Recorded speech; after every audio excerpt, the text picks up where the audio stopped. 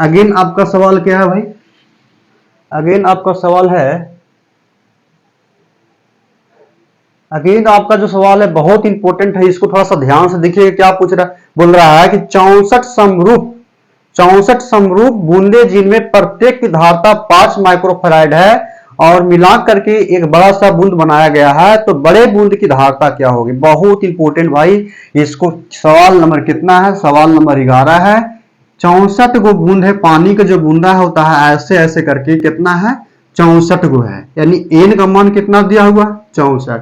और प्रत्येक की धारता, प्रत्येक का जो साइज होगा बराबर होगा। प्रत्येक की साइज क्या होगा? बराबर होगा। यानी धारता बोले यानी सी बराबर कितना दिया हुआ? 5 माइक्रोफैराड।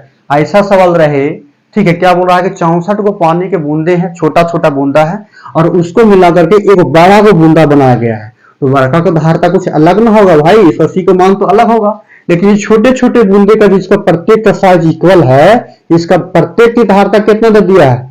5 माइक्रोफैराड। तो पूछ रहा है बड़ा वाला कितना होगा? तो बड़ा वाला के ऐसा पूछेगा, ठीक है। अब बूंदों की संख्या कितना है? 64। ऐसा पूछेगा, कुछ नहीं करना है, एक फार्मूला हम बता देते हैं, इसी पे फार्मूला लगा दीजिएगा। सी बराबर सी डैश बराबर सी इंटू एन के पावर 1/3। ठीक है। सी क्या है?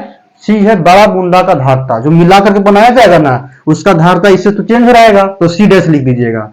अब सी डैश लिखिएगा तो सी डैश बराबर, अब सी का मान कितना है? 5 माइक्रोफैराड। यहाँ पर लिख दीजिए 5 माइक्रोफैराड। एन का मान कितना है? एन 64 है, तो यहाँ पर 64 की पावर कितना लिखना है? 1/3। अब यहाँ 5 लिख दीजिए, लास्ट में माइक्रोफैराड लगा दीजिएगा।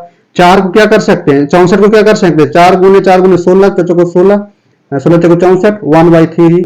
दैट मीन्स यहाँ यदि लिखा जाए 5 गुने 4 के पावर 3, और पहले से 1/3 है, 3 से 3 कैंसिल हो जाएगा, तो ये आपका होगा 5 गुने 4 बचेगा, माइक्रोफैराड लास्ट में लिखना था, और 4 5 20 microfarad. It may be successful answer.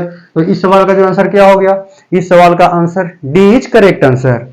तो 11 नंबर सवाल का जो आंसर है 20 माइक्रोफैराड, इट में बी सक्सेसफुल आंसर। तो इस सवाल का जो आंसर है 20 माइक्रोफैराड इज करेक्ट आंसर। बहुत अच्छा सवाल था।